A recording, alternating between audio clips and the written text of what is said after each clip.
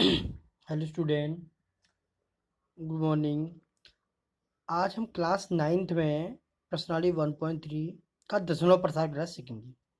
तो दशमलव प्रसार हम क्लास सिक्स में सीखा था हमने। जैसे 1/10 होता था तो हम क्या लिखते थे? 0.1। 6/10 होता था तो 0.6। तो ऐसे ही अर्थात हर में जितने जीरो अंश वो उतने दशमलव लग जाते थे। तो इसी प्रकार कुछ क्लास नाइन्थ में है। देखो 36/100, तो इसको क्या लिख दिया हमने? दो जीरो हैं तो ऊपर दो दशमलव लग जाएंगे। 0.36 ये दिया हमको 329/400। तो हमने क्या किया? 400 को पहले के गुणनखंड करे, फिर 4 का डिवाइड दिया, फिर ये यहाँ दो जीरो थे तो यहाँ पर दो दशमलव और बढ़ा दिया हमने। तो ये 82.2825 था, तो इसको लिख दिया हमने 0.8225। तो पहला प्रश्न दशमलव प्रसार पर आधारित है, इसे कुछ भाग में नहीं किए, बाकी भाग आप स्वयं करेंगे। अगला क्वेश्चन जो है 1/7 की वैल्यू हमको दे रखी है, तो बाकी मान याद करने हैं। जैसे 2/7 मीन्स, तो इसको 2 से मल्टीप्लाई करेंगे। 3/7 इसको 3 से, ऐसे 4/7 है तो 4 से मल्टीप्लाई मैंने लिखा है।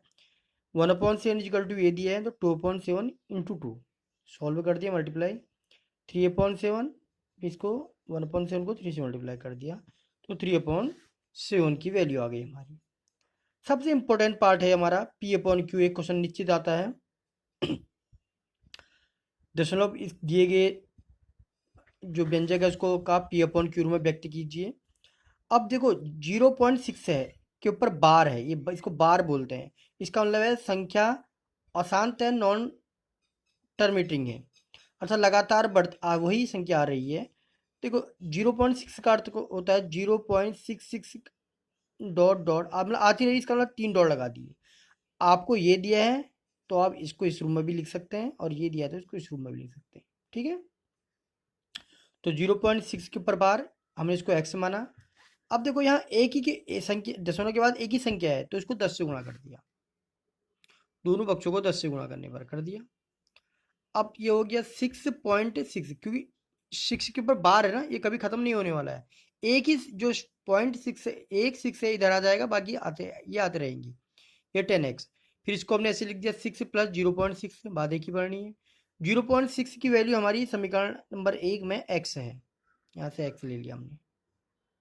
फिर ये 6 रहा, ये इधर चले गया 9x, तो x इज इक्वल टू 6/9 अर्थात 2/3।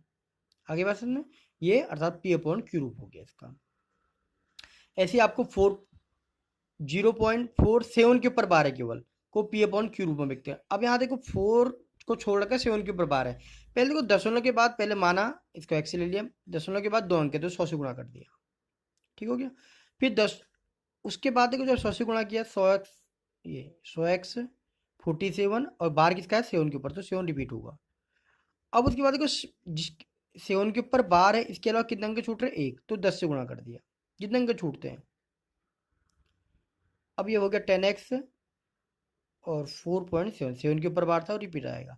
समीकरण 2 और 3 से इसे इसको माइनस कर दिया, तो ये आ गया हमारा 90x इजिकल टू 43, तो x रहा 43/19।